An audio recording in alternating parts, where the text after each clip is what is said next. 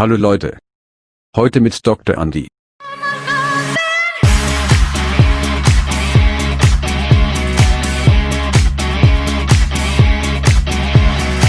Hi Leute, hi guys, nice to see you again.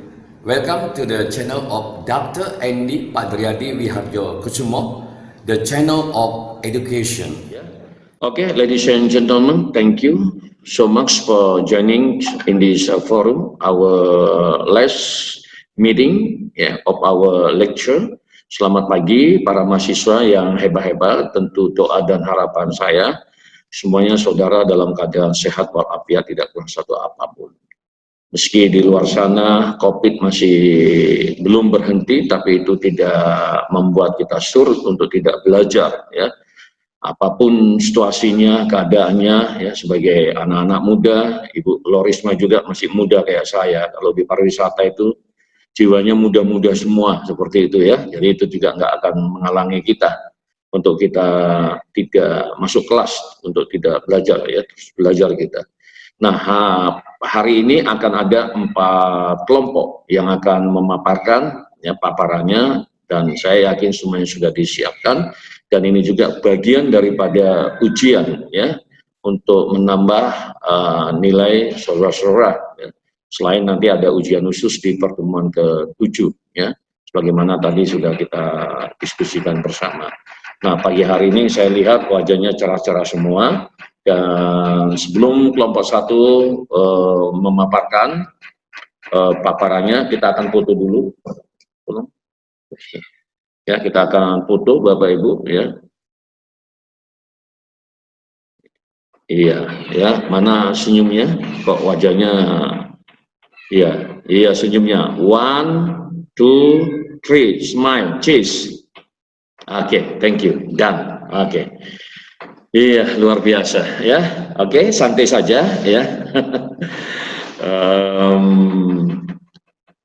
And now I think it's the time for group 1 to present your presentation, ya, to deliver your presentation. Take the time, please.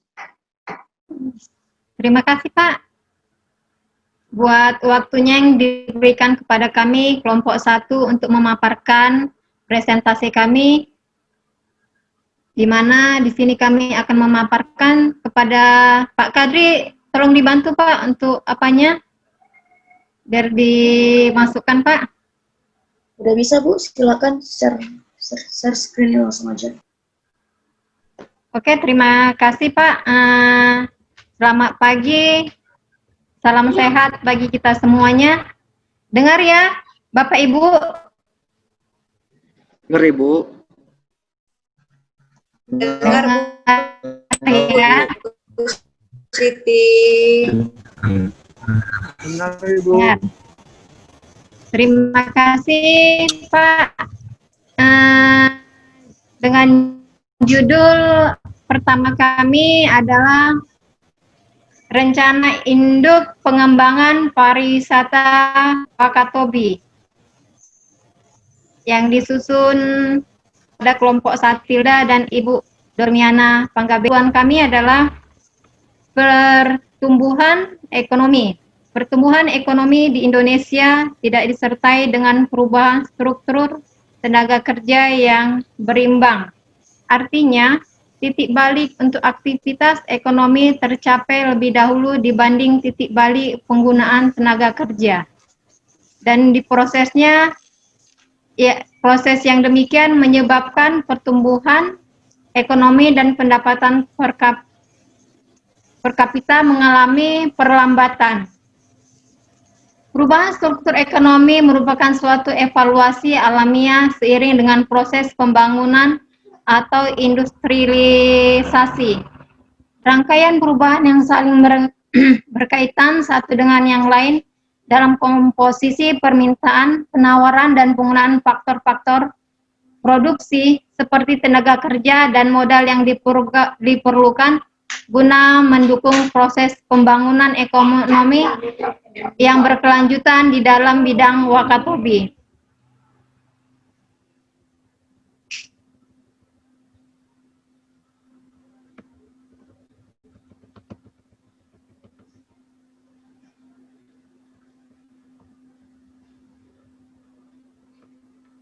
Adapun Pak untuk bagian profil bagian 2 mengenai kota atau wilayahnya,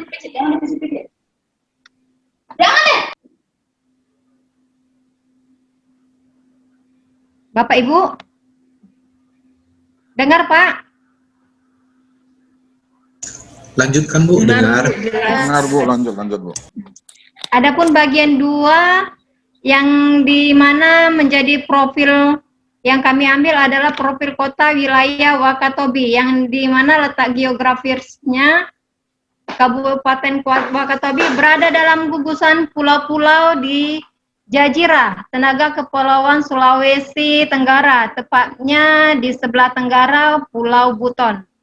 Secara astronomis terletak pada bagian selatan garis khatulistiwa, membentang dari utara ke selatan pada posisi garis lintang 5 Celsius 512 sampai 625 derajat Celcius lintang selatan, sepanjang kurang lebih 160 km dan garis bujurnya 123 sampai 124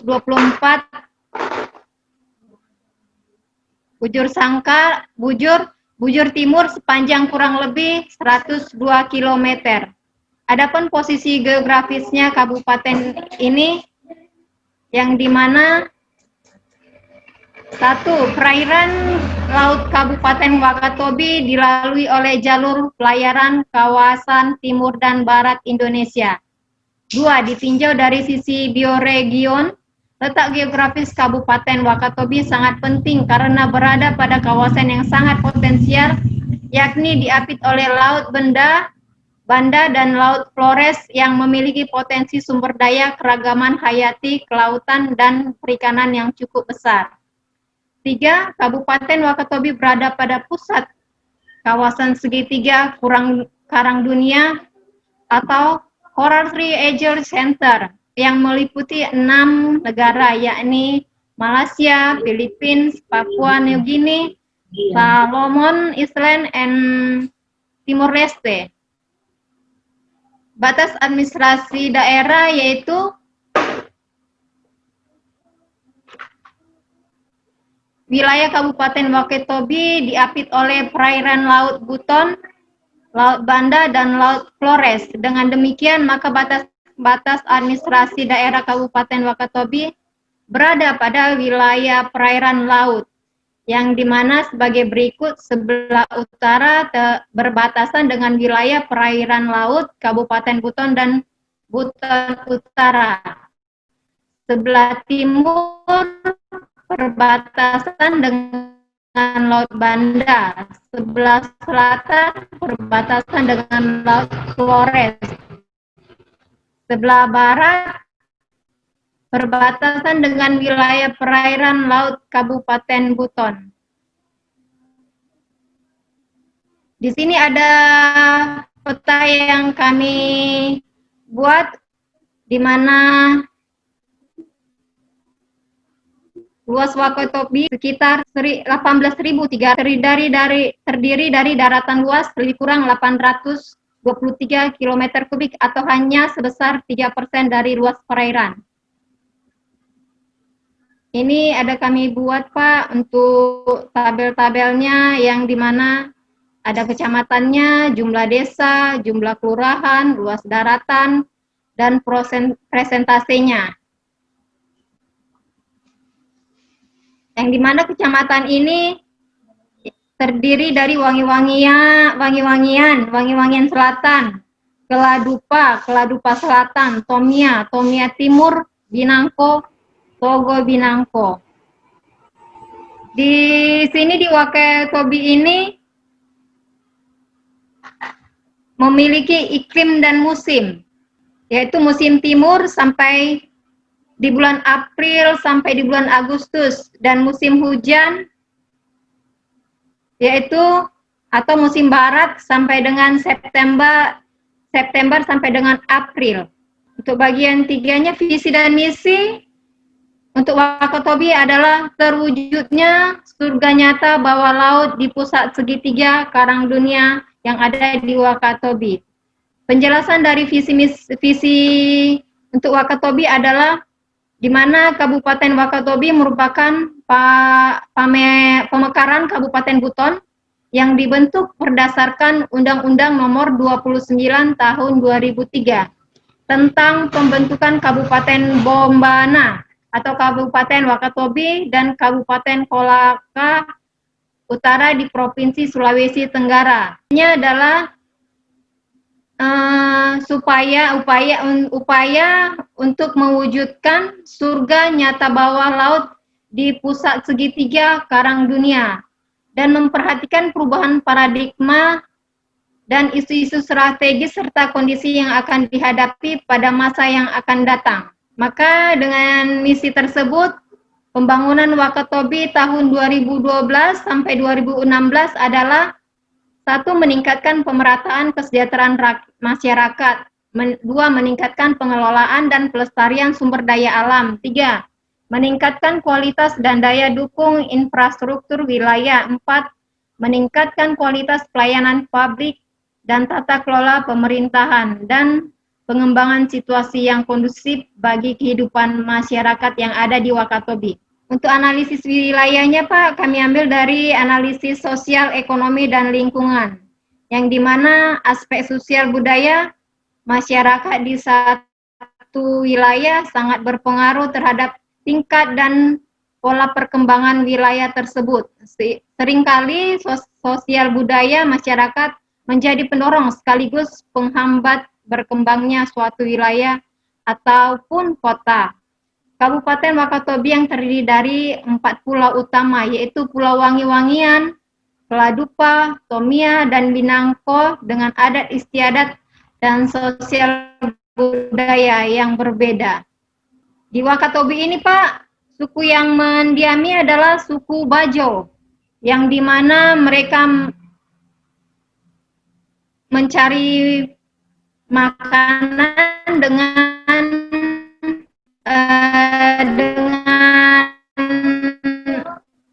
untuk pengambilan ikan dari bawah laut.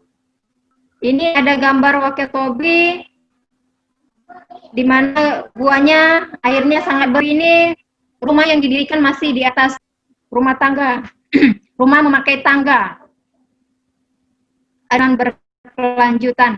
Mengingat Kabupaten Wakatobi merupakan gugusan pulau-pulau kecil yang relatif rentan secara ekosistem, maka pengembangan pariwisatanya perlu menerapkan kaidah-kaidah sebagai berikut. Pengembangan pariwisata harus berorientasi jangka panjang dan terintegrasi, sehingga tidak hanya memanfaatkan, akan tetapi sekaligus melestarikan sumber daya alam dan budaya yang menjadi daya tarik wisata agar memberikan manfaat luas kepada masyarakat. 2. Pengembangan pariwisata agar sesuai dengan karakter wilayah, kondisi lingkungan, dan konteks sosial budaya. 3. Pengembangan pariwisata diharapkan menciptakan keselarasan, yaitu menciptakan hubungan timbal balik yang saling menguntungkan dan saling menghargai nilai-nilai sosial melalui sinergitas antara kebutuhan wisatawan dan penyedia layanan oleh pelaku wisata atau masyarakat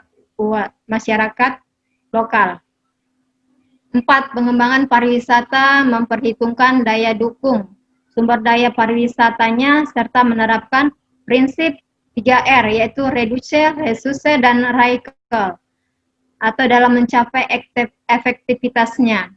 5. Pengelolaan kegiatan pariwisata yang adaptif, memperhatikan dan tanggap termasuk dari sisi permintaan atau pasar dan penawaran produk. Lingkungan hidup yang ada di Wakatobi adalah merupakan aset utama di Pulau Wakatobi, dan sekalian masyarakat di sana didorong untuk meningkatkan perekonomian masyarakat dalam melestarikan Wakatobi, karena di Wakatobi ini banyak sekali yang bisa kita lihat di mana Wakatobi suatu pariwisata yang sangat dikenal dan dikagumi banyak orang. Terima kasih Pak. Itulah pemaparan kami dari kelompok 1 mengenai perkembangan Wakatobi yang ada di Sulawesi Tenggara. Terima kasih Pak. Ya baik Bu Siti ya, paparannya bisa di remove dulu biar kita bisa lebih lebih dekat lagi, di remove dulu paparannya. Oke. Udah Pak? Ya baik ya Bu Siti ya, ini di tempat saya jaringan juga sedikit agak terganggu, agak lelet ya, tapi nggak mengganggu semangat kita ya. Ya luar biasa ya, sudah menyampaikan paparannya. Nanti itu di hard copy-nya dikirim ke Google Class ya Bu Siti ya, materi paparannya ya dikirim lagi ke Google Class ya di pertemuan Oke Pak, oke siap Pak, siap. Di pertemuan ke-6. Tapi itu masih ada yang salah, nama saya itu masih bersalahan semua, itu memang itu jadi masalah itu ya, orang nulis nama saya nggak pernah benar itu. Nah itu ya, nanti diperbaiki nama saya ya. Terus tadi dari apa yang sudah dipaparkan itu, data-data yang disampaikan tadi itu untuk kelompok 1 ini jadi perhatian juga ya. Itu data-data tahun 2012 sampai tahun 2016 ya. Artinya 16, ya Pak. kalau ini mau dilanjutkan ya untuk dijadikan tesis ya, saudara-saudara masih bisa memungkinkan, dan ini disebut sebagai penelitian lanjutan ya. Jadi untuk mengupdate atau mengupgrade data-data ya. Tadi tentu untuk melihat kekuatan, kelemahan, ya, peluang dan tantangan, maka teori yang kita gunakan di situ atau instrumen yang kita gunakan di situ adalah teori SWOT ya, teori SWOT itu. Jadi nanti mungkin Bapak saudara-saudara, ya saya panggil saudara-saudara ya, saudara-saudara juga nanti ya ketika akan melakukan penelitian tesisnya ya, bisa juga menggunakan teori ini tentunya ya. Nah untuk kelompok 1 ada yang sudah pernah ke Wakatobi? Untuk kelompok 1 sudah pernah, ada yang sudah pernah ke sana? Belum Pak. Rencananya Pak. Masih Ya. rencana Pak, masih rencana. Ya, masih rencana. Sama konsentrasi pariwisata dipanggil Pak Padriadi. Iya baik ya, nggak apa-apa kalau belum pernah ke sana ya, nanti dilihat ya kayak mana keadaan panoramanya ya, tadi itu kan data-data semua ya, cari tahulah di YouTube ya, pasti ada itu ya, sehingga lebih lebih paham lagi ya. Nah karena Ibu Siti yang memaparkan, maka yang saya tanya Bu Siti lah ya. Bu Siti, apa sih judul tesis Ibu? Karena saya dengar kan udah pada nyampaikan judul tesis ya, atau mungkin tadi di sesi pertama lagi seminar judul ya? Iya Pak. Ya, kalau Bu Siti membahas tentang apa? Kok saya Pak membahas mengenai museum dan galeri. Oh, museum saya. Galeri yang di mana? Ya. Di Kota Medan? Yang ada di apa Pak? Rahmat Museum Galeri. Oke. Nah berarti itu kan di Kota Medan, iya kan? Iya Pak.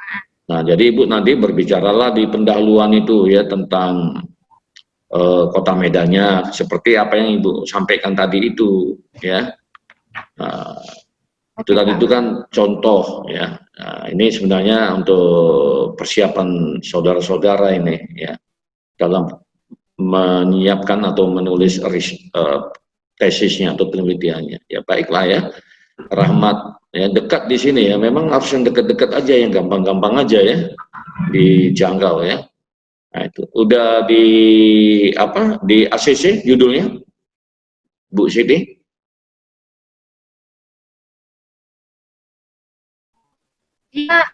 Iya Pak, karena situasi COVID ini Pak, jadi saya juga harus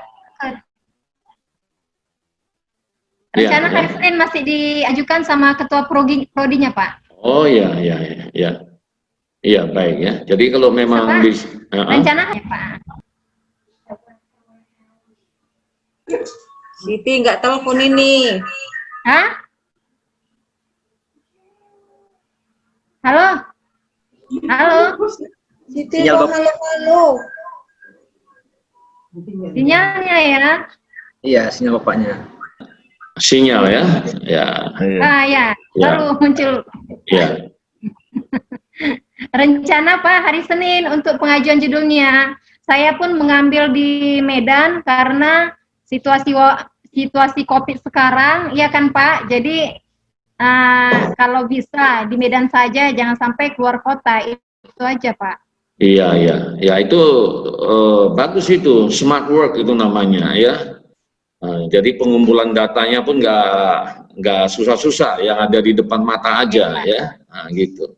Nanti kalau mau buat penelitian yang keren, nanti waktu ada dananya. Kalau saya kayak gitu, itu strategi juga itu, ya strategi. Nah itu. Ya baiklah Bu Siti ya, kelompok 1 ya. Ada yang mau nambahkan kelompok 1? Silakan. Ada yang masih ingin menambahkan dari kelompok 1? Demikian Pak yang kami buatkan Pak. Terima kasih. Ya baik Pak Rajin ya. Tapi hari ini juga dikirim itu ya, apanya ya, hard copy-nya tadi itu ya, supaya saya bisa baca ulang lagi. Oke siap Pak, siap. Ya, hitung-hitung untuk menambah wawasan juga ya. Itulah kelebihan dosen ini ya, bisa membaca karya tulis mahasiswanya, menambah lagi. Ya baik ya, terima kasih untuk kelompok 1, luar biasa ya pagi hari ini. Berikutnya kelompok 2, silakan kelompok 2, siapa yang mau mewakili teman-temannya dan ingin ya yang mewakili teman-temannya dari kelompok 2, Pak Kadri. Siapa? Nanti kita semua ini Pak nyampaikan data Pak. Tapi untuk pertama kali saya jadi pembukaan, nanti teman-teman yang lain Pak. Iya, mantap, mantap. Silakan Pak Kadri, dikoordinasikan, dikondisikan. Silakan. Maaf, selamat siang Pak Padredi dan teman-teman semua. Izin kami dari kelompok 2 ingin menyampaikan hasil diskusi kami terkait penyusunan rencana induk pengembangan pariwisata di Kota Yogyakarta. Kita ada beberapa kelompok, kita ada beberapa anggota, diantaranya ada Pak Joel, Pak Bakti, Pak Bobi, dan Pak Rizky, dan Pak Daud. Masing-masing kita akan menjelaskan setiap pembahasan yang akan kita kulas terkait dengan rencana induk pengembangan pariwisata di Yogyakarta. Di antaranya adalah pendahuluan dengan saya sendiri, penjelasan terkait dengan profil kota wilayah Jogja akan dijelaskan oleh Pak Joel, dan penyusunan visi misi terkait Yogyakarta akan disampaikan oleh Pak Bakti, dan terkait dengan analisis kewilayahan dan kepariwisataan akan dijelaskan oleh Pak Bobi, dan analisis SWOT akan dijelaskan oleh Pak. Selalu lah kau rokok dulu. Terkait dengan pertama dia adalah Kota Jogja. Kota Jogja merupakan salah satu ibu kota di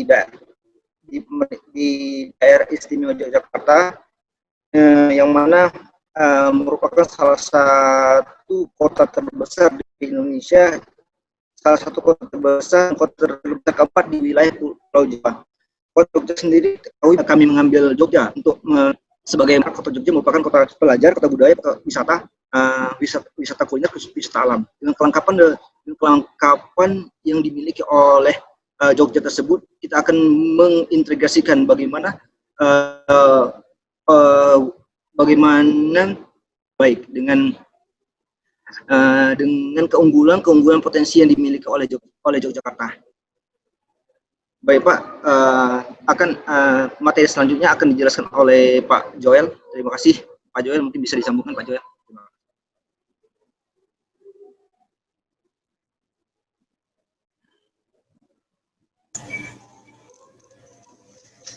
Boleh lanjut screen-nya apanya Pak? Next slide. Lanjut Pak, lanjut. Oke. Ya baik. Terima kasih Pak Kadri. Baik, sekali lagi selamat pagi Bapak Ibu, selamat pagi Pak Dr. Padriadi. Sebelum kita lebih lanjut untuk sejarah tentang Kota Jogja, sedikit saya sampaikan tentang profil Kota Yogyakarta. Kota Yogyakarta ini kota yang sangat spesial ya. Kalau dikatakan dia batas Kota Yogyakarta itu berkedudukan sebagai ibu kota provinsi Daerah Istimewa Yogyakarta dan merupakan satu-satunya dari tingkat 2 yang berstatus kota di samping 4 daerah tingkat 2 lainnya yang berstatus kabupaten. Untuk Kota Yogyakarta sendiri ini dibatasi oleh beberapa kabupaten. Jadi kalau di sebelah utara Yogyakarta itu ada Kabupaten Sleman, di sebelah timurnya ada Kabupaten Bantul dan Sleman. Lalu sebelah selatan ada Kabupaten Bantul, di sebelah barat ada Kabupaten Bantul dan Sleman. Jadi dia dikitari oleh 2 kabupaten. Kemudian Yogyakarta terbentang antara 101 derajat 2419 sampai 110 derajat bujur timur. Ya, saya kira ini kita lanjutkan aja, saya skip aja. Kemudian untuk keadaan alam di Yogyakarta, secara garis besar Yogyakarta merupakan dataran rendah, di mana dari barat sampai ke timur relatif datar dan dari utara ke selatan memiliki kemiringan kurang lebih 1 derajat. Serta mendapat 3 sungai yang melintas kota Yogyakarta, yaitu ada Sungai Gajah Wong, ada Sungai Code, dan ada Sungai Winomo. Lalu luas wilayah Yogyakarta yaitu 32,5 km bujur sangkar, yang berarti 1,25% dari luas wilayah Provinsi Daerah Istimewa Yogyakarta. Kemudian untuk kondisi tanah atau kondisi darat di Yogyakarta cukup subur dan memungkinkan ditanami berbagai tanaman pertanian maupun perdagangan. Karena letaknya yang berada di dataran lereng Gunung Merapi, ya, dan yang garis besarnya mengandung tanah pregosol atau tanah vulkanik muda, sejalan dengan perkembangan perkotaan dan pemukiman yang pesat. Iklim untuk di Yogyakarta sendiri, tipe iklim itu curah hujan rata-rata 2000,12 mm per tahun dengan 119 hari hujan. Suhu rata-rata itu 27,2 derajat Celcius. Ya, cukup sejuk ya, dan kelembapan rata-rata 24,7%. Untuk demografi, jumlah penduduk Yogyakarta itu ada 490.433 jiwa.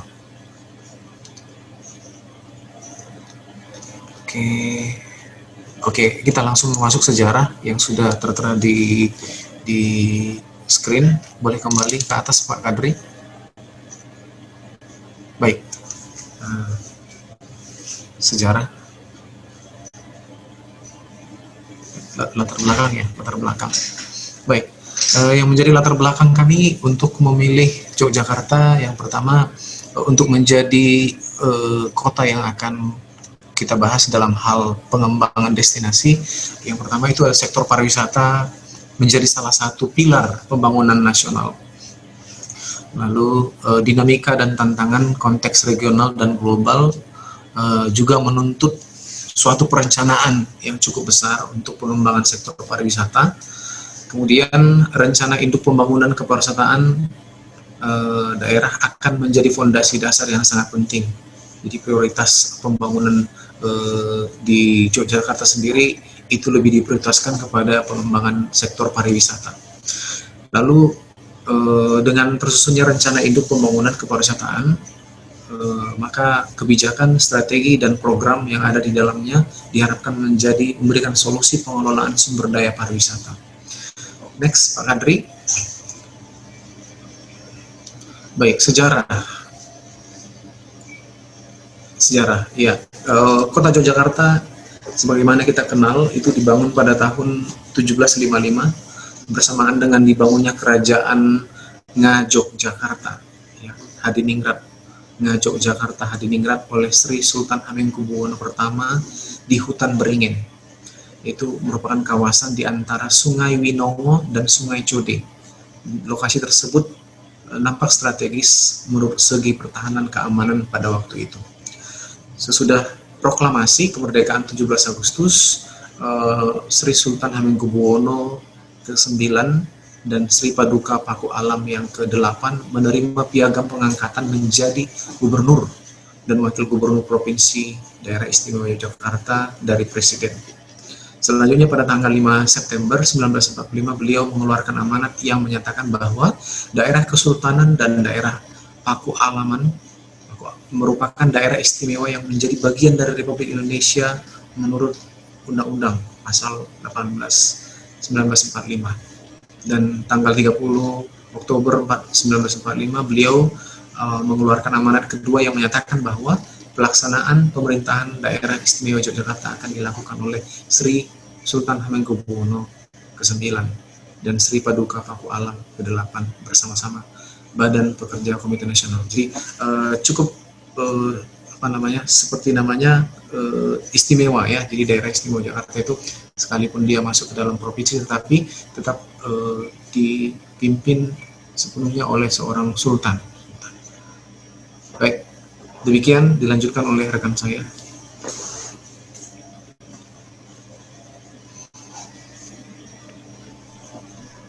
Baik, terima kasih Pak Joel. Selamat siang semua Bapak Ibu. Pak Andi, selamat siang Pak. Saya akan melanjutkan presentasi dari kelompok 2, akan membahas tentang visi dan misi dari rencana pembangunan pariwisata di daerah Yogyakarta. Adapun Rifarda ini merupakan turunan dari Rifarnas, yaitu Rencana Induk Pariwisata Nasional. Kemudian adapun pembuatan visi dan misi dari pariwisata Kota Medan ini didasari dari Perda nomor 1 tahun 2012 tentang Rencana Induk Pembangunan Pariwisata Provinsi Daerah Istimewa Yogyakarta, yaitu tahun 2012 sampai dengan tahun 2025. Jadi di sini Provinsi Yogyakarta mempunyai jangka waktu yang panjang atau jangka panjang dalam hal pembuatan master plan dari pariwisata di Yogyakarta.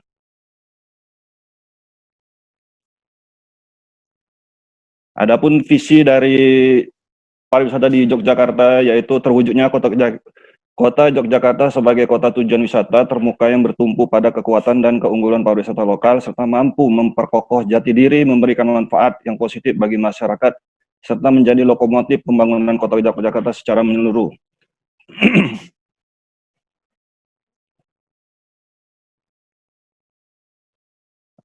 Nah, jadi maksud dari tujuan dari visi dan misi ini adalah mewujudkan Kota Yogyakarta sebagai destinasi pariwisata berbasis budaya terkemuka di Asia Tenggara, berkelas dunia, berdaya saing, berkelanjutan, mampu mendorong pembangunan daerah untuk mensejahterakan masyarakat.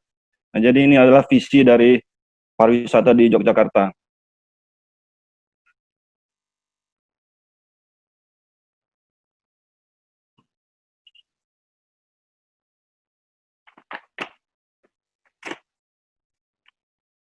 Kemudian dari visi ini kita akan membahas tentang misi dari pariwisata yang ada di Yogyakarta. Yang pertama yaitu mengoptimalkan potensi objek dan daya tarik wisata yang ada di Kota Yogyakarta sebagai aset utama kepariwisataan. Kemudian membuat perencanaan pembangunan pariwisata Kota Yogyakarta secara komprehensif, terpadu dan berkelanjutan dengan tetap mengedepankan prinsip pelestarian dan pengembangan pariwisata lokal. Kemudian membangun kemitraan yang kondusif antara pemerintah, masyarakat, dan swasta, pengusaha dalam mengembangkan pariwisata di Yogyakarta. Kemudian meningkatkan peran aktif dan apresiasi masyarakat serta swasta, pengusaha dan dalam memajukan kepariwisataan di Yogyakarta. Kemudian, next Pak Kadri.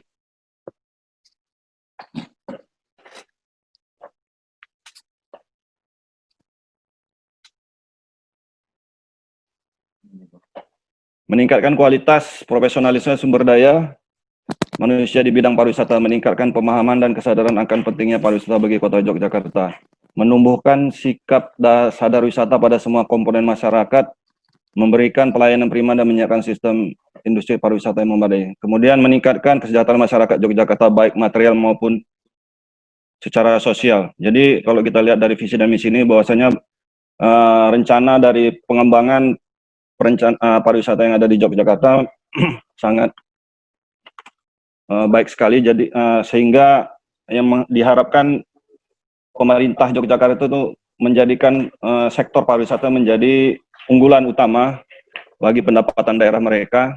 Makanya mereka tidak bermain-main atau serius dalam hal ini merencanakan menjadikan pariwisata itu selama kurang lebih dari 2012 sampai tahun 2025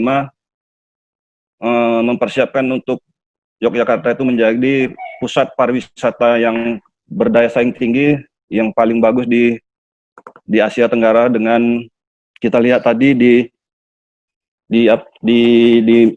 visinya pertama, yaitu menjadi pusat unggulan pariwisata se-Asia Tenggara. Nah, sehingga kalau dilihat dari misinya itu untuk meningkatkan pendapatan masyarakat baik secara material maupun sosial.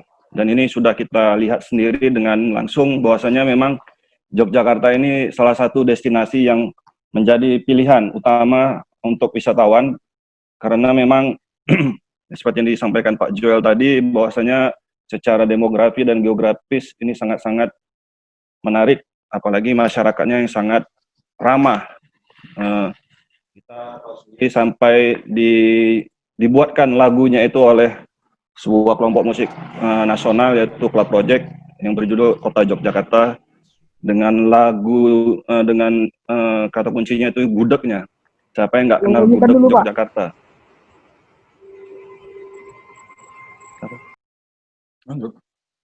Enggak, itu. Iya. Nah, salah satu yang menjadi daya tarik orang itu datang ke Yogyakarta itu adalah, kalau kita lihat dari makanannya itu pasti orang mengenal yang namanya gudeg. Kalau udah kata gudeg pasti orang tahu Yogyakarta. Tidak ada di tempat lain itu selain di Yogyakarta kalau gudeg itu. Nah, makanya saya sendiri kalau kita datang ke sana itu pasti rindu akan hal itu. Kemudian kalau kita melihat ke sana masih banyak peninggalan-peninggalan sejarah kerajaan-kerajaan dari terdahulu, sampai sekarang masih kita lihat. Sampai hari ini pemerintahan Kota Yogyakarta itu masih dipimpin oleh seorang sultan. Satu-satunya daerah yang masih ada di Indonesia yang langsung wilayahnya itu dipimpin oleh seorang sultan. Mungkin itu aja presentasi dari saya. Selanjutnya akan disampaikan oleh teman saya yang lain, yaitu Pak Bobi. Silakan Pak Bobi. Oke, baik. Terima kasih Pak Bakti. Selamat siang Bapak Ibu, selamat siang Pak Andik. Baik, saya akan melanjut bagian keempat diskusi kami terkait paper yang kami sudah susun tentang penyusunan rencana induk pengembangan pariwisata di Kota Yogyakarta. Baik, analisis kewilayahan dan kepariwisataan yang itu dibagi beberapa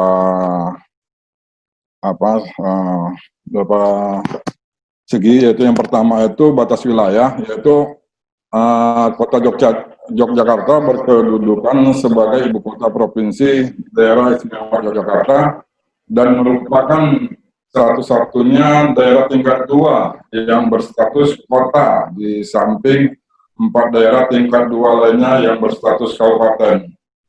Kota Jogja juga terletak di tengah-tengah provinsi daerah istimewa Yogyakarta dengan batas wilayah, yaitu sebelah utara Kota Jogja itu ada Kabupaten Sleman, kemudian sebelah timurnya itu ada Kabupaten Bantul dan juga Sleman, kemudian selatannya juga ada Kabupaten Bantul, sebelah baratnya juga terdapat juga Kabupaten Bantul dan Sleman. Baik, yang kedua itu dari segi keadaan alam, secara garis besar Kota Jogja merupakan dataran rendah, di mana dari barat ke timur relatif datar, dan dari utara ke selatan memiliki kemiringan lebih kurang 1 derajat, serta terdapat 3 sungai yang melintasi Kota Yogyakarta, yaitu sebelah timur adalah Sungai Gajah Wong, ya. Kemudian bagian tengah itu adalah Sungai Code, kemudian sebelah barat adalah Sungai Winongo.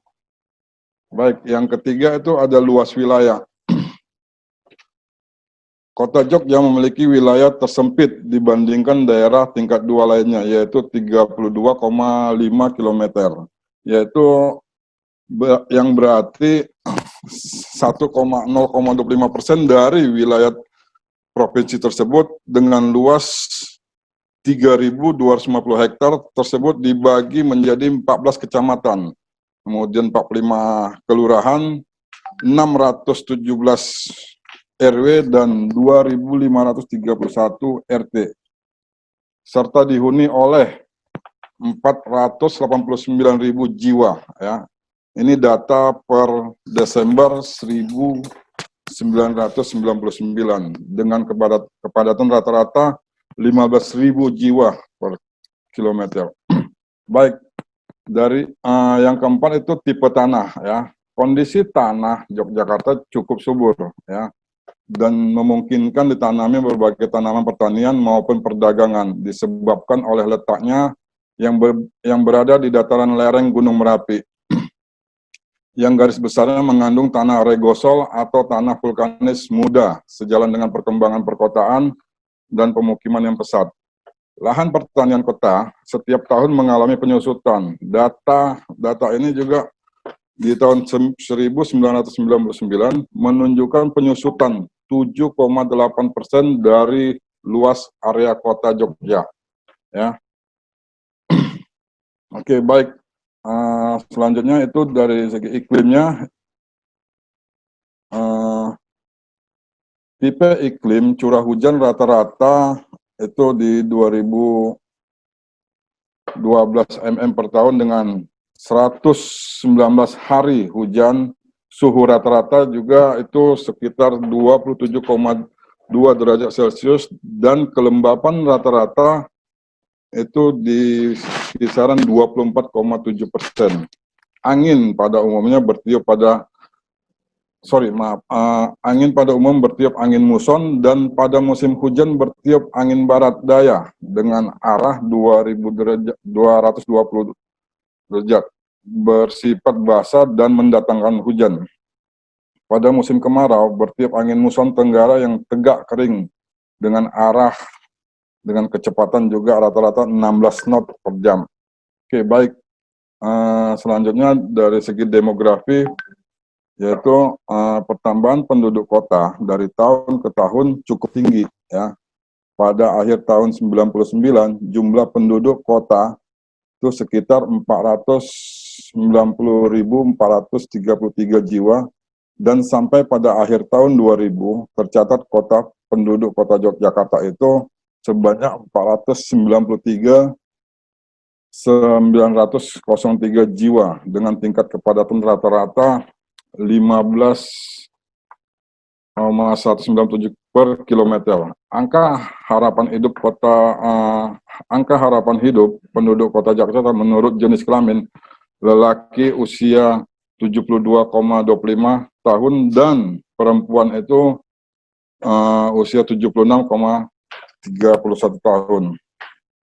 Baik, selanjutnya itu ada flora fauna, demografi flora dan fauna ya kota Yogyakarta. Dalam rangka menumbuhkan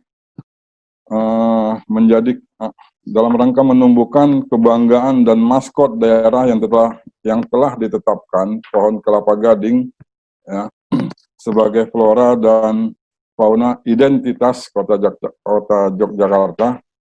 Keberadaan pohon kelapa gading begitu melekat ya pada kehidupan masyarakat Jogja, karena dikenal sebagai tanaman raja serta mempunyai nilai filosofis dan budaya yang sangat tinggi. sebagai kelengkapan pada upacara tradisional mempunyai makna simbolis dan berguna sebagai obat tradisional juga, yang sering digunakan sebagai obat tradisional. Oke, burung terkukur dengan suara merdu dan sosok tubuh yang indah mampu memberikan suasana kedamaian bagi yang mendengar, yang pada masyarakat di daerah tersebut, yang menjadi kesayangan juga dan kesayangan para pangeran di lingkungan keraton. Dengan mendengar suara burung terkukur diharapkan orang yang terikat pada kota Yogyakarta. Baik, kemudian analisis kota Yogyakarta. Ya, selanjutnya slide berikutnya Pak Kadri. Oke. Baik, analisis kota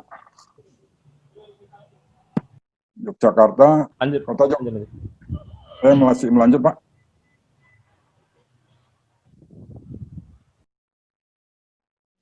Oke, baik. Terletak di pusat Yogyakarta, di dalam halaman inti keraton, antara lain dapat dilihat gedung tempat tinggal Sultan, tempat Sultan menerima tamu kehormatan, tempat pesta, upacara adat keraton, tempat menyimpan benda pusaka, lukisan kuno, peralatan, dan perlengkapan upacara. Kota Yogyakarta merupakan peradaban kerajaan Mataram kuno yang sisa peninggalannya masih dapat dilihat di daerah Kota Gede yang secara tidak langsung mempengaruhi budaya masyarakat pada umumnya. Oke, selanjutnya itu destinasi wisata Kota Yogyakarta itu ada Tugu Yogyakarta, kemudian Gedung Agung, Monumen Serangan Umum 1 Maret, kemudian ada Istana Air Taman Sari, selanjutnya ada Masjid Agung juga, kemudian Komplek Makam Raja-Raja Mataram, kemudian ada Museum Beteng Fredebuk, Upacara Sekaten, kemudian ada Jalan Malioboro, Pura Wisata, Kebun Binatang, Gembira Loka Zoo, Taman Pintar, Museum 3D, kemudian Industri Kerajinan Perak Kota Gede. Oke, baik, sekian dari saya. Selanjutnya akan dilanjutkan oleh teman saya, Bapak Rizky. Baik, terima kasih Bang Bobi. Saya yang lanjutkan atas nama M. Daud Siregar. Oh, Pak Daud, silakan Pak Daud. Iya, ya, terima kasih Bang Bobi. Baik Pak Padri, saya melanjutkan dari analisis SWOT dari Kota Jogja, bagian kelima, yaitu analisis SWOT dan skenario perkembangan Kota Jogja. Ada beberapa yang menjadi kekuatan dari khusus wisatawan Yogyakarta, dilihat dari peluang. Di sini yang pertama, berkembangnya usaha pariwisata di Indonesia maupun di Kota Jogja yang begitu pesat dan menjanjikan, dapat meningkatkan ekonomi dan kesejahteraan rakyat. Kemudian beraneka ragam potensi daya tarik wisata Kota Jogja, baik budaya, sejarah, pendidikan, kuliner, dan belanja yang khas atau unik untuk memiliki daya saing yang tinggi dengan daerah di luar Kota Yogyakarta. Kemudian ditetapkannya kebudayaan sebagai dasar pembangunan dan pengembangan segala aspek kehidupan, termasuk pada sektor kepariwisataan di Kota Jogja. Selanjutnya, kesadaran wisata serta kesiapan seluruh stakeholder pariwisata dan masyarakat Kota Yogyakarta semakin meningkat. Kepedulian dunia pendidikan, terutama perguruan tinggi, yang cukup tinggi dalam mendukung kepariwisataan Kota Yogyakarta. Sarana prasarana SDM pariwisata Kota Jogja dan berbagai fasilitas pendukung penunjang yang memadai. Situasi keamanan dan kenyamanan Kota Yogyakarta yang cukup kondusif. Kemudian berkembang pesatnya produk-produk atau barang dan jasa sebagai penunjang atau pendukung kepariwisataan Kota Yogyakarta. Kemudian kredibilitas dan citra kepariwisataan Kota Jogja yang baik bagi wisatawan Nusantara maupun mancanegara. Perkembangan media massa dan teknologi informasi yang pesat sebagai sarana penunjang kepariwisataan di Kota Yogyakarta. Perkembangan sarana prasarana transportasi khususnya akan beroperasinya New Yogyakarta International Airport atau NIA yang akan mempermudah dan memperluas akses ke Jogja melalui sarana transportasi udara. Perkembangan kampung wisata sebagai destinasi wisata alternatif bagi wisatawan sehingga akan memperkaya pilihan destinasi wisata di Kota Yogyakarta. Ketersediaan berbagai sarana prasarana yang memadai untuk mendukung peningkatan perkembangan wisata MICE. Selanjutnya, ketersediaan sarana prasarana amnestis seperti hotel, restoran, dan sebagainya, dan aksesibilitas yang memadai ke destinasi wisata yang ada di Kota Jogja, membuka peluang Kota Yogyakarta sebagai hubungan bagi wisatawan yang berkunjung ke Kota Jogja. Sedangkan tantangan yang dihadapi dari Kota Jogja, yang pertama berkembang dengan pesatnya pembangunan dan pengembangan pariwisata di luar Kota Yogyakarta dapat menjadi pesaing atau kompetitor. Pengelolaan aneka ragam potensi daya tarik wisata ke Yogyakarta, baik budaya, sejarah, pendidikan, kuliner, dan belanja yang berdaya saing. Perlu ditingkatkan kualitasnya atau berstandarisasi.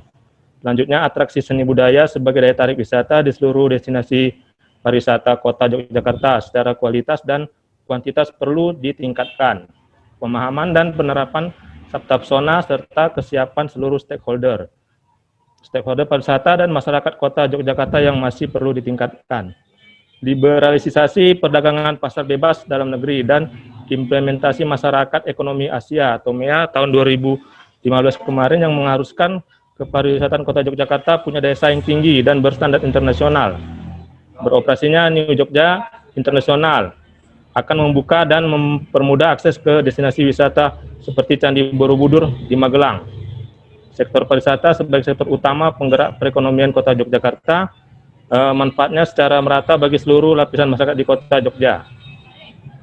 Perilaku sebagai pelaku usaha pariwisata yang masih mementingkan keuntungan jangka pendek tanpa memperhatikan citra pariwisata Kota Yogyakarta ke depannya. Pengelolaan kawasan Malioboro sebagai titik strategis pariwisata Kota Yogyakarta belum optimal. Baik, selanjutnya boleh ditambahi dengarkan saya, Rizky. Terima kasih. Baik, terima kasih Pak Daud. Selanjutnya akan saya lanjutkan. Pak Kadri, selanjutnya slide skenario pengembangan. Ya, baik, izin Pak, semua Bapak Ibu. Saya lanjut dari kelompok 2 dengan Muhammad Rizky Lubis, yaitu dengan skenario pengembangan. Sebagian tujuan wisata, penataan infrastruktur di Yogyakarta harus dibuat sedemikian rupa untuk mendukung sektor pariwisata dan menjadi daya tarik tersendiri bagi wisatawan. Soal kemacetan lalu lintas sudah mulai diselesaikan dengan memaksa masyarakat beralih dari kendaraan pribadi ke angkutan umum saat masuk ke kawasan pusat kota. Pemaksaan ini dibuat dengan tidak menyediakan lahan parkir di pusat kota, melainkan di pinggiran kota. Namun kualitas pelayanan angkutan umum harus dibuat lebih bagus. Selain itu, daya tarik untuk wisatawan, tersedianya jalur pejalan kaki yang nyaman. Berikutnya Pak Kadri. Pembangunan Neo Yogyakarta International Airport di Kulon Progo dan pembangunan sarana prasarana pendukung, pengembangan ruang-ruang pariwisata baru berkelas dunia di sekitar bandara. Yang pertama adalah Backfront Korin dari Kulon Progo, Bantul, atau konektivitas daya tarik akomodasi. Yang kedua, MICE, Central Destination and Promotion Center, atau mendukung Aerotropolis. Yang ketiga, Theme Park Sermo, Surabaya, dan Non-Stop Tour Bandara Kota Yogyakarta, atau sebagai pusat pariwisata. Pengembangan dan peningkatan aksesibilitas melalui jalur jalan lintas selatan atau JJLS agar membuka konektivitas pantai selatan Jawa dan membuka aksesibilitas destinasi wisata di sepanjang pantai di Yogyakarta. Aspek SDM pariwisata butuh ditingkatkan kapasitas dan profesionalisme, terutama dalam menghadapi MEA. Mengelola produk wisata juga perlu sentuhan yang profesional. akomodasi, hotel dan penginapan, rumah makan, restoran, sentra mata, marketing, media komunikasi, dan kebutuhan lainnya untuk meningkatkan kekuatan dan meraih peluang serta menjadikan kelemahan dan tantangan sebagai kekuatan butuh pengelolaan secara berkesinambungan. Baik, skenario dari pengembangan kelompok 2 sudah selesai. Terima kasih. Saya kembalikan kepada Pak Kadri.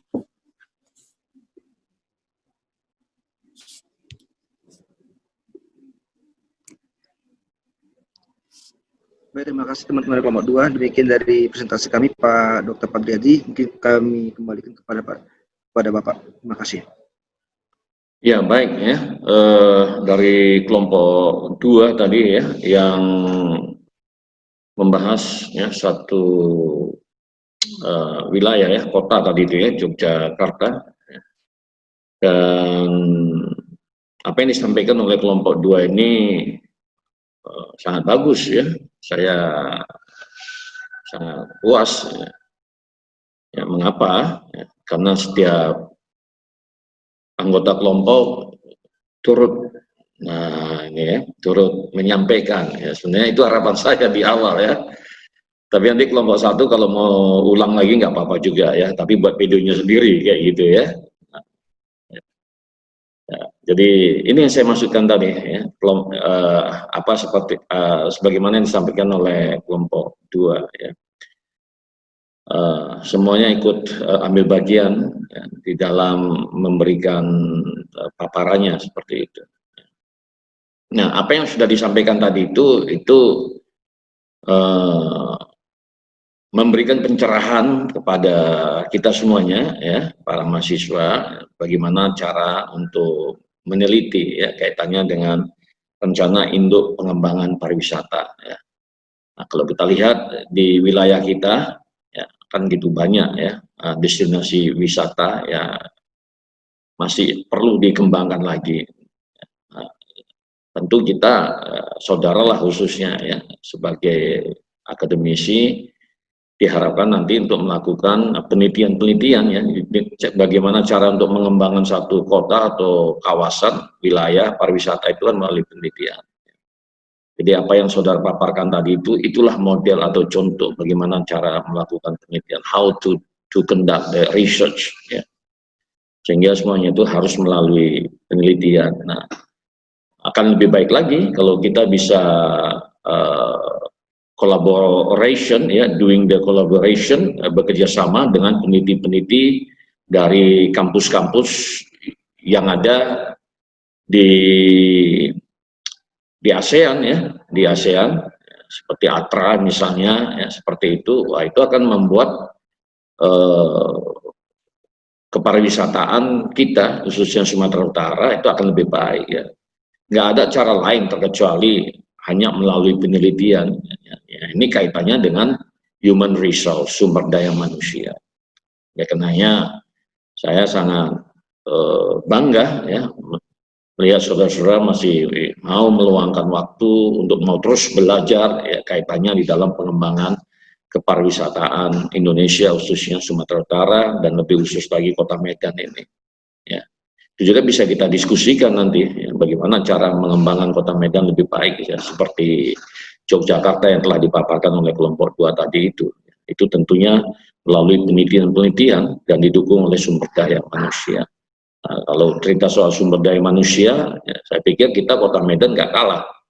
Ya, karena ada Universitas Dharma Agung ya, di mana saudara merupakan bagian yang ada di dalamnya.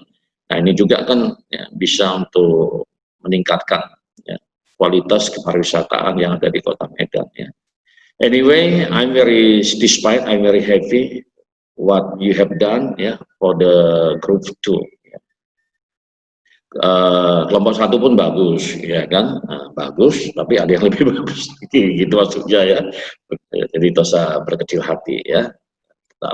Baik, kelompok 3, nah saya berharap kelompok 3 ya akan melakukan hal yang sama ya.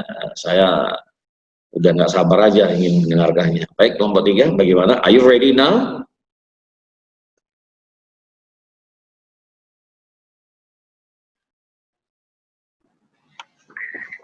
Ready Pak, selamat pagi Pak. Selamat pagi Bu Nopa, apa kabar? Kabar baik Pak, Bapak sehat Pak? Ya sehat, ini kelihatannya Bu Nopa pagi ini semakin apa ya, semerbak, wah kelihatannya semangat sekali ini. Oke Bu Nopa, saya udah nggak sabar ingin dengarkan paparannya, silakan. Baik, terima kasih Pak. Baik Pak, selamat siang Bapak Ibu. Sebagai informasi Pak, kami dari kelompok 3 berubah kota untuk membahas tentang rencana pengembangan atau pembangunan pariwisata Pak. Awalnya tadi kami memilih kota Palembang, tetapi karena satu dan lain hal, akhirnya kami memilih Blitar Pak, atau Jawa Timur sebagai bahan yang akan kami presentasikan pada siang hari ini Pak. Baik, terima kasih kembali untuk Bapak Dr. Andi Padriadi sudah memberikan kami kesempatan untuk mencoba mempresentasikan apa yang kami peroleh tentang pengembangan pariwisata. Baik,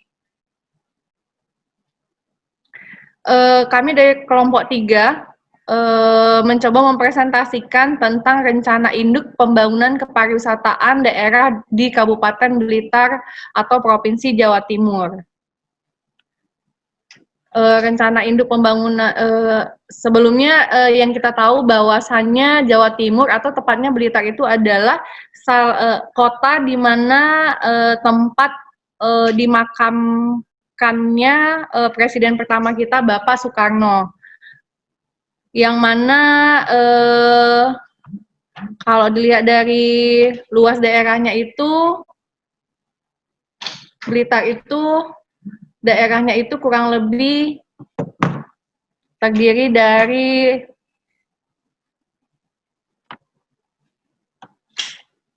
luasnya itu adalah 1.588,79 km bujur sangkar dengan data administrasi terdiri dari 22 kecamatan, 28 kelurahan, dan 220 desa.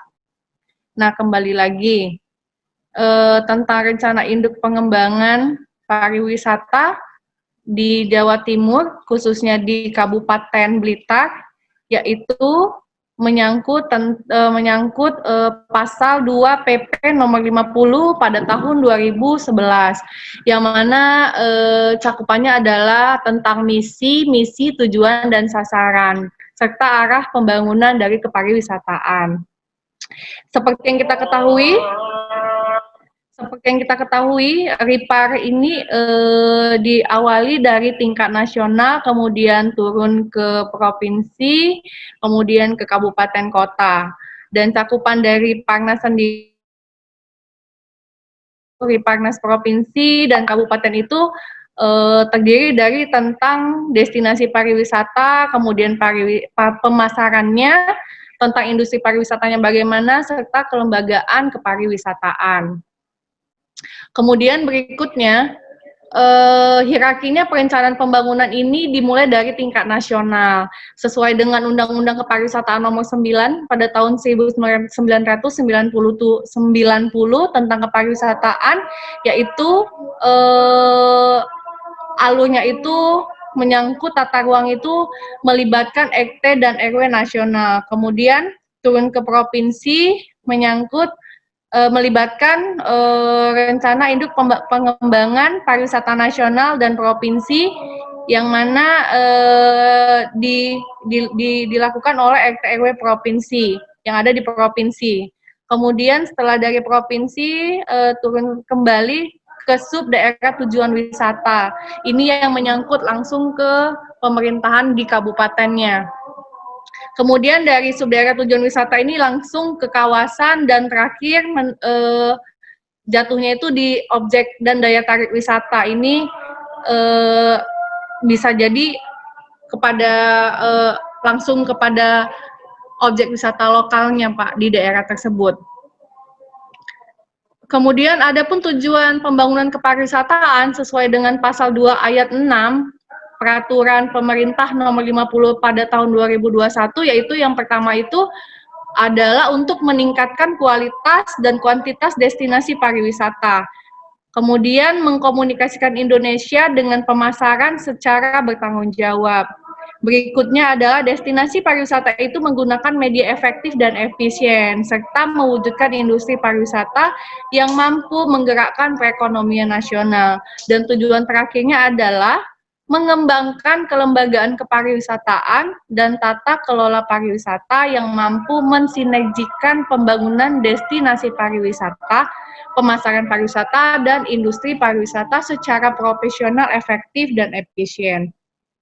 Kalau dilihat dari jangka waktunya, pengembangan pariwisata daerah kabupaten ini direncanakan itu dalam rentang waktu 10 tahun. Dan penyesuaiannya itu terhadap sasaran dan strategi pengembangan tiap 5 tahun sekali. Dan diindikasi program selama 5 tahun pertama itu sesuai dengan yang sudah ditentukan oleh rencana induk pada tingkat kabupaten. Kemudian tentang deskripsi pekerjaan menyangkut pengembangan pariwisata tersendiri itu memiliki beberapa ruang lingkup. Di antaranya adalah rencana pembangunan kepariwisataan Kabupaten Blitar itu mencakup industri pariwisata, destinasi pariwisata, pemasaran, dan kelembagaan pariwisata. Kemudian ruang lingkup yang berikutnya adalah arah dan kebijakan pengembangan kebijakan pariwisata yang terdiri atas arah kebijaksanaan, sasaran pembangunan, strategi, dan kebijaksanaan. Kemudian ruang lingkup tentang strategi pengembangan pariwisata yang dijabarkan menjadi strategi pengembangan produk wisata, strategi pemasaran dan promosi, strategi pengembangan aksesibilitas termasuk juga di dalamnya, strategi pengembangan prasarana, strategi pengembangan usaha, destinasi, dan strategi kelembagaan pariwisatanya. Kemudian ruang lingkup terakhirnya itu adalah tentang program pembangunan yang terdiri atas prioritas rencana tindak, prioritas program, dan tahapan pelaksanaan program. Dan hasil yang diharapkan dari deskripsi pekerjaan sebagaimana yang sudah direncanakan pada pengembangan, pada rencana induk pengembangan pariwisata itu adalah mengharapkan adalah materi teknis Riparda, kemudian ranperda Ripardanya juga, kemudian album peta pariwisata, serta mengharapkan eksekutif summary dari rangkaian rencana pengembangan pariwisata tersebut. Kemudian seperti yang di awal sudah saya sampaikan bahwasannya Jawa Timur itu memiliki, khususnya Kabupaten Blitarnya, memiliki luas 1.588 km bujur sangkar dengan data administrasi tersebut. Kemudian ada pun sumber penghasilan di Kabupaten Blitar itu terdiri dari hasil pertanian yang mana angkanya itu paling tinggi sampai pada angka 43,74, diikuti dengan hasil pertambangan dan penggalian, industri pengolahan, listrik, bangunan, perdagangan, hotel dan restoran, angkutan dan komunikasi, keuangan, persewaan jasa, dan jasa lain-lainnya. Adapun jumlah penduduknya di Blitar itu adalah sejumlah 1.126.151 jiwa, yang mana kepadatan penduduknya itu mencapai 709 jiwa per kilometer bujur sangkar. Dan jumlah rumah tangganya berjumlah 421,470 kepala keluarga. Dengan batas wilayah, utaranya itu berbatasan dengan Kabupaten Kediri, sedangkan di sebelah timur berbatasan dengan Kabupaten Malang. Di sebelah selatannya berbatasan dengan Samudra Indonesia, dan baratnya berbatasan dengan Kabupaten Tulung Agung, di tengah-tengahnya lah Kota Blitar. Nah, kalau dilihat dari sisi kepariwisataannya di Kabupaten Blitar itu sudah dikatakan baik karena sudah memiliki akomodasi wisata, penginapan-penginapan serta hotel berbintang.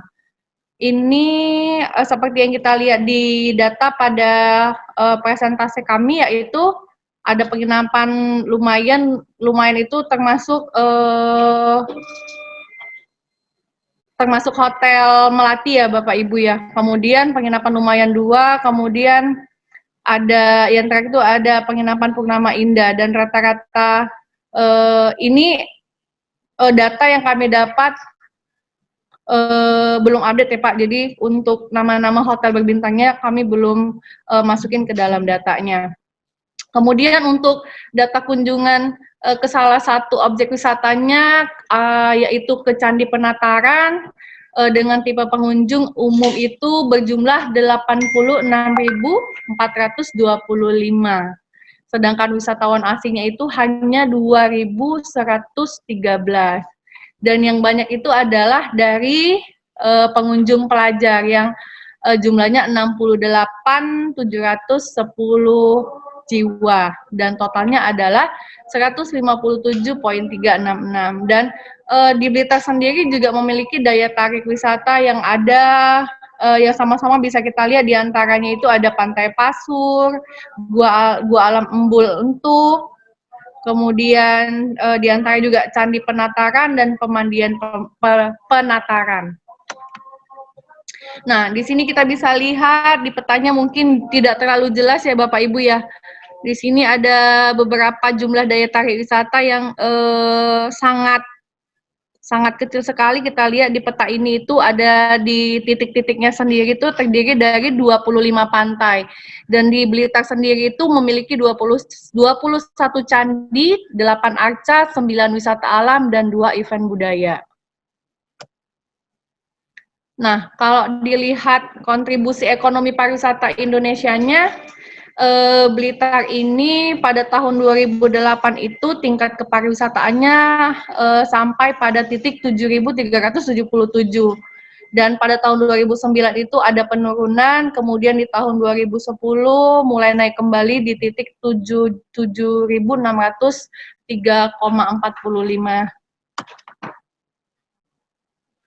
Kemudian kalau dilihat dari pola pengeluaran wisatawan Nusantara atau wisatawan domestik dan wisatawan mancanegara dapat kita lihat pada grafik berikut dengan jumlah hasil pertanian, sumber daya sumber penghasilannya juga kita bisa lihat pada tabel berikut Bapak Ibu. Nah, di sini juga wisatawan Nusantaranya itu mencapai 120.000 pada tahun 2018 dan meningkat pada tahun 2009 itu wisatawan Nusantaranya meningkat menjadi 140.000. Baik, dari saya dibuka dengan penjelasan berikut Pak, akan disambung kembali oleh peserta yang lain dari kelompok kami yang akan disampaikan oleh Bapak Muhammad Yusuf Dalimunte. Silahkan Bapak Muhammad Yusuf Dalimunte. Baik, terima kasih Bu Nova. Izin Pak, saya melanjutkan paparan dari kelompok 3, saya dengan Yusuf.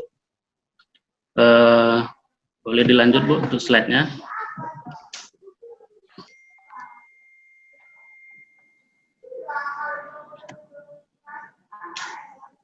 Oke, untuk tren dan jumlah wisatawan mancanegara untuk periode Januari 2009 sampai Oktober 2011. Di mana kalau dilihat dari grafik untuk jumlah pertumbuhan turis ke Indonesia itu mengalami peningkatan pasca krisis global ya. Yaitu di tahun 2011 itu titik tertinggi ada di bulan Juli. Jadi kenaikan untuk wisatawan mancanegara meningkat hingga 25% lebih kurangnya. Jadi untuk kunjungan mengalami peningkatan untuk daerah. Oke, next.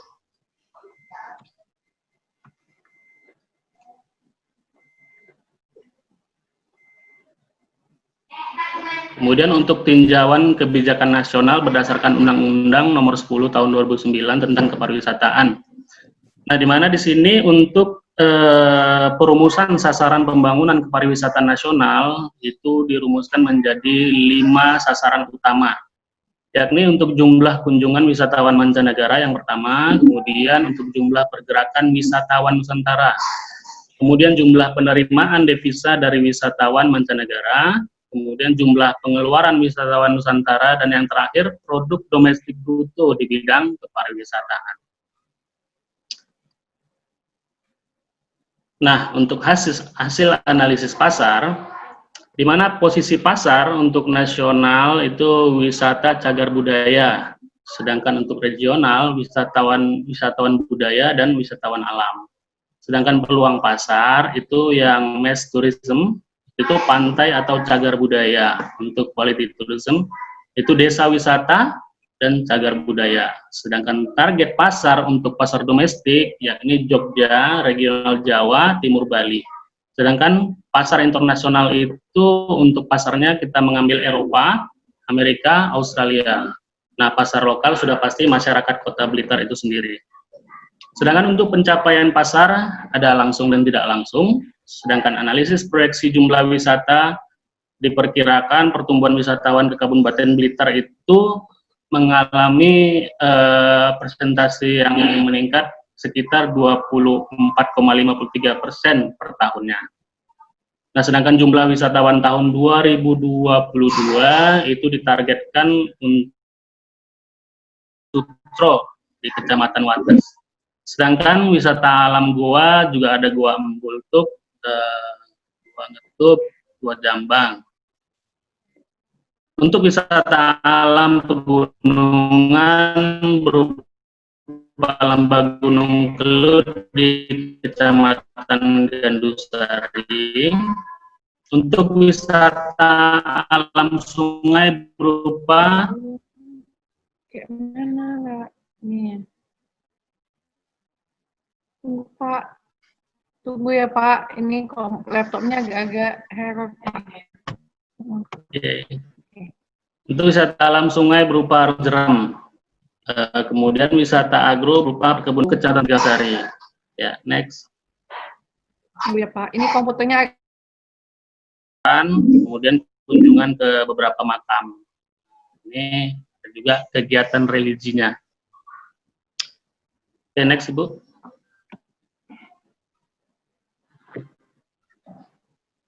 Nah, kita masuk ke visi dan misi untuk pembangunan pariwisata di Kota Blitar. Di mana untuk visi Kota Blitar yaitu terwujudnya Kabupaten Blitar sebagai destinasi pariwisata yang unggul dan mampu menggerakkan perekonomian masyarakat serta perekonomian daerah secara berkelanjutan. Sedangkan misi Kota Blitar memiliki 3 misi, yakni yang pertama, mengembangkan Blitar secara terpadu, mencakup seluruh wilayah kabupaten dengan tetap mempertahankan unsur keunikan dan potensi daerah.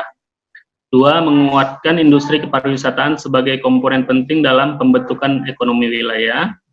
3. Peningkatan kesiapan dan peran serta masyarakat dalam usaha pembangunan pariwisataan.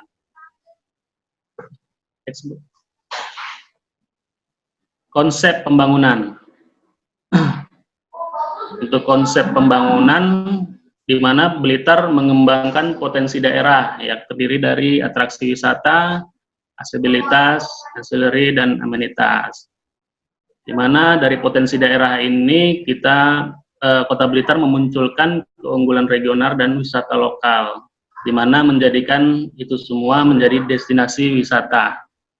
Destinasi wisata itu tujuannya untuk strategi pengembangan dan menciptakan destinasi yang unggul untuk destinasi pariwisatanya, di mana itu terdiri dari pemasaran, kelembagaan, destinasi, industri, ekonomi, lingkungan, serta sosialnya. Untuk target pasar, di sini kita menjabarkannya menjadi 3 target pasar, yaitu wisatawan domestik, di mana wisatawan yang berasal dari beberapa daerah di Pulau Jawa maupun wisatawan lain yang berkunjung ke makam Bung Karno. Untuk wisatawan internasional menyasar wisatawan Eropa dengan penguatan daya tarik wisata cagar budaya, sedangkan wisata minat khusus dalam rangka event khusus seperti sport tourism, purnama seruling, penataran, atau event-event lainnya.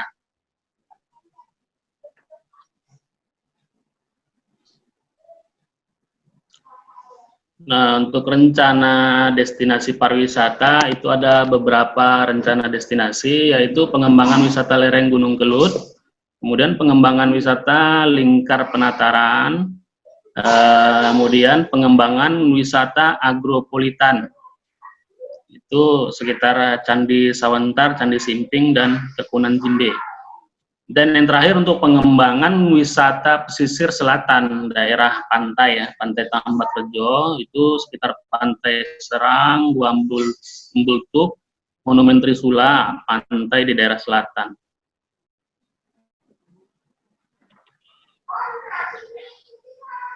Next, Bu.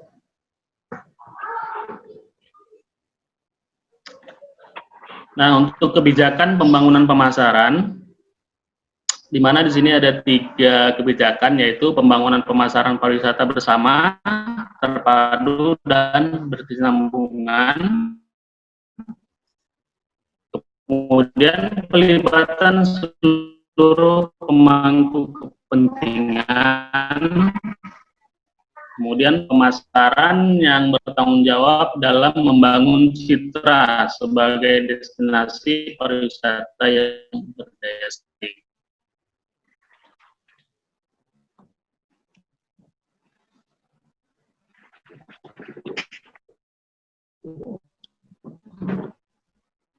Next, program yaitu penyusunan branded atau tagline pariwisata melalui sayembara, pengenalan branded wisata Kabupaten Blitar seperti media promosi dan orang Blitar yang ada di luar daerah, mengundang travel agent untuk mengetahui tentang wisata Blitar, sosialisasi kalender event wisata Blitar, penguatan duta wisata Kabupaten Blitar sebagai akun promosi. Next, Bu.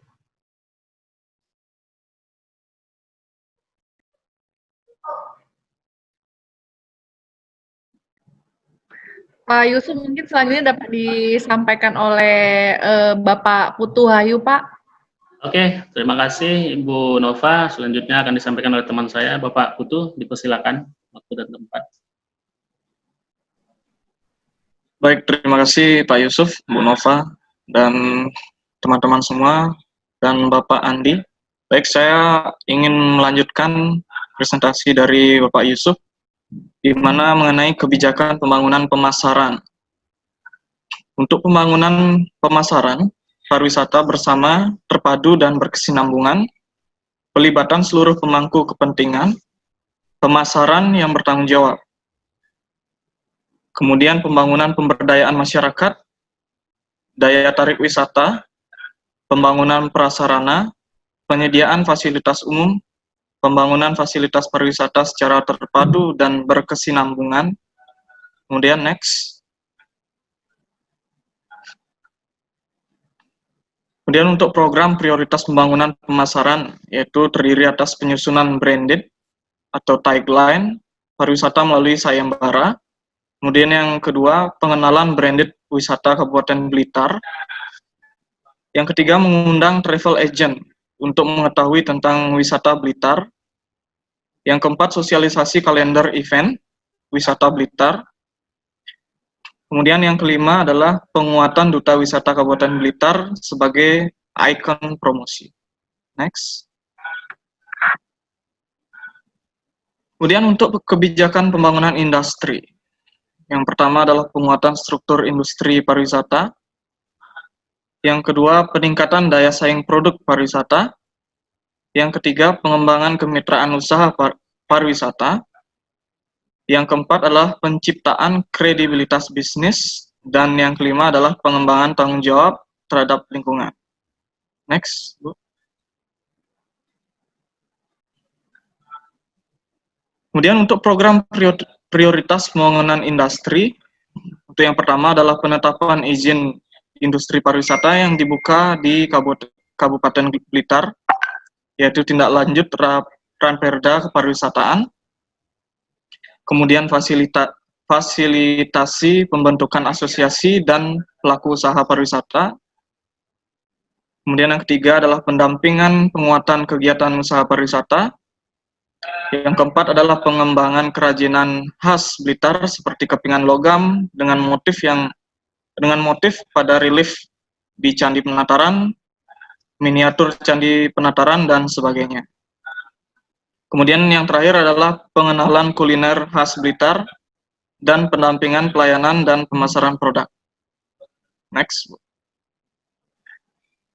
Kemudian untuk kebijakan pembangunan kelembagaan, yang pertama adalah penguatan organisasi kepariwisataan, kemudian pembangunan SDM pariwisata, dan penyelenggaraan penelitian dan pengembangan. Oke, silakan berikutnya, Bu. Kemudian berikutnya adalah pembentukan Badan Promosi Pariwisata Daerah, kerjasama pengelolaan daya tarik wisata unggulan daerah, seperti BUMN, investor, dan masyarakat. Yang ketiga, pembentukan forum desa wisata seperti Forkom Dewi, Bali, benchmarking terkait kompetensi kegiatan pariwisata. Selanjutnya, Bu. Di mana strategi penguatan struktur industri, yaitu yang pertama adalah meningkatkan sinergitas dan keadilan distributif antar mata rantai pembentuk industri pariwisata, kemudian menguatkan fungsi, hierarki, dan hubungan antar usaha pariwisata sejenis untuk meningkatkan daya saing dan menguatkan mata rantai penciptaan nilai tambah antar pelaku usaha pariwisata dan sektor terkait. Next.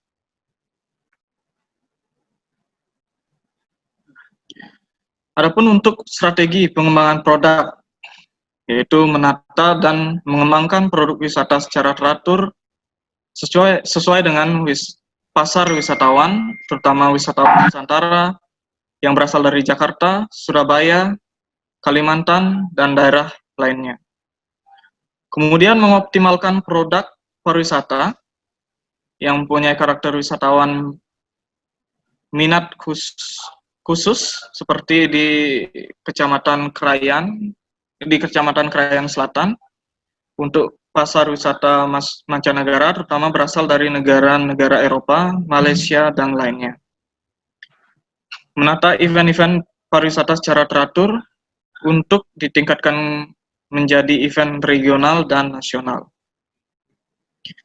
Usaha penganekaragaman produk atau daya tarik wisata, menata dan mengembangkan produk wisata yang berwawasan lingkungan, menjaga ciri khas lokal dan keaslian, mengatur dan menetapkan agar setiap objek wisata mempunyai kekhasan sendiri, menggabungkan objek wisata menjadi kesatuan kawasan dan menyatukan kawasan menjadi satu kesatuan daerah tujuan. Oke, next.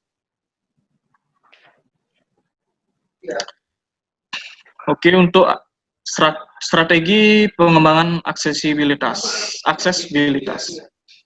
yaitu meningkatkan akses menuju daerah-daerah yang memiliki potensi wisata yang tinggi, menata sistem penunjuk jalan atau rambu-rambu lalu lintas yang mempermudah wisatawan untuk mencapai objek dan daya tarik wisata, meningkatkan kualitas dermaga antar pulau dengan memperhatikan keamanan dan kenyamanan para wisatawan.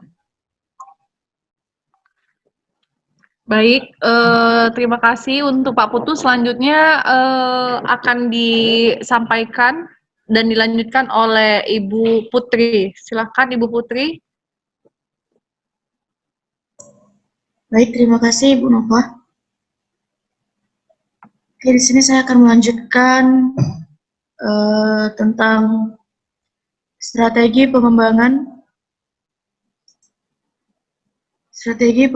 prasarana. Di sini ada 3 strategi. Yang pertama itu perencanaan kebutuhan prasarana pariwisata yang disesuaikan dengan arah perkembangan objek dan daya tarik wisata. Terus yang kedua ada pemenuhan kebutuhan prasarana pariwisata secara bertahap, diusahakan pada objek-objek dan daya tarik wisata unggulan. Terus yang ketiga ada penetapan legalitas kewenangan dan pungutan masuk menuju masing-masing objek wisata yang telah berkembang. Terus next, di sini juga ada strategi pengembangan investasi. Dan ada 4 strategi, yaitu yang pertama, mewujudkan iklim yang menguntungkan bagi dunia usaha kepariwisataan. Terus yang kedua ada membina pengusaha pariwisata menengah dan kecil dalam upaya peningkatan kualitas jasa usaha pariwisata. Terus yang ketiga, menumbuhkan dan mengembangkan profesionalisme kalangan pengusaha dalam menjalankan industri pariwisata.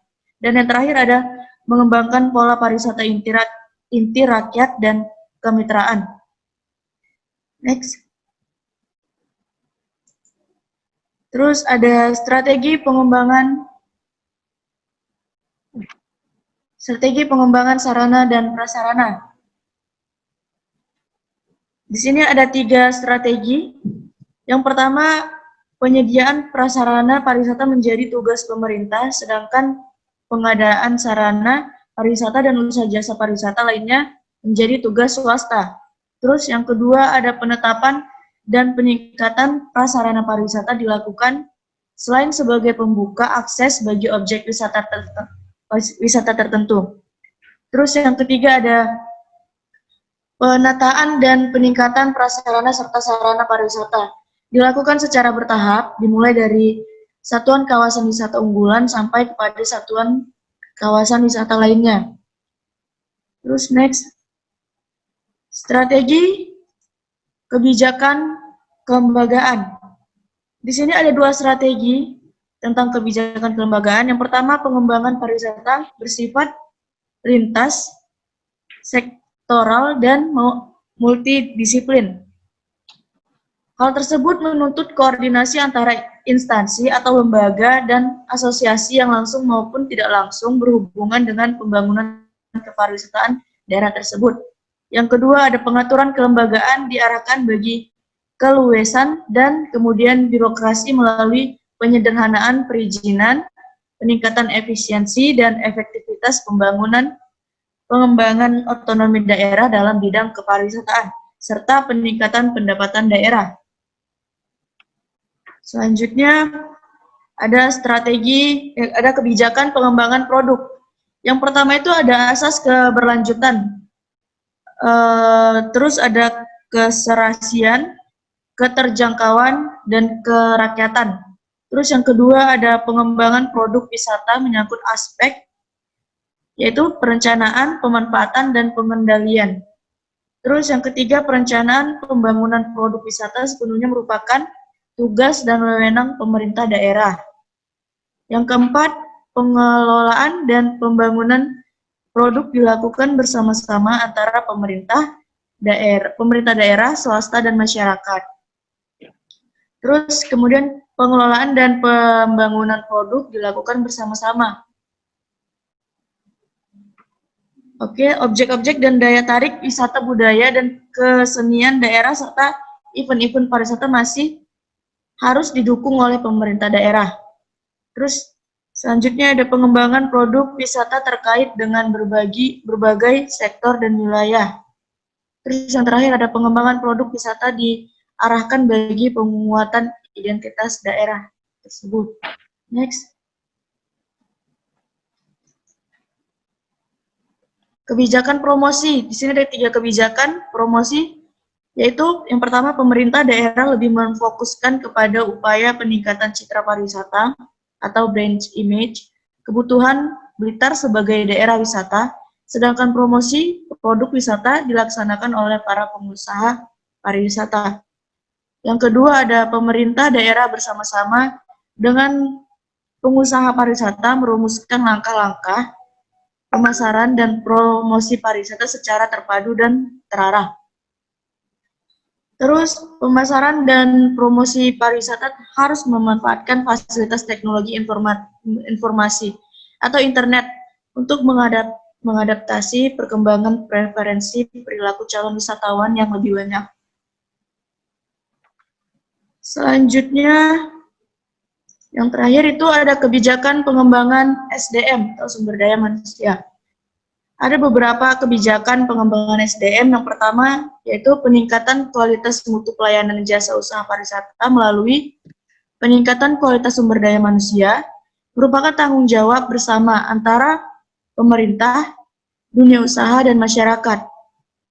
Yang kedua ada dalam rangka otonomi daerah, peningkatan kualitas sumber daya manusia di lingkungan pemerintah daerah merupakan prioritas utama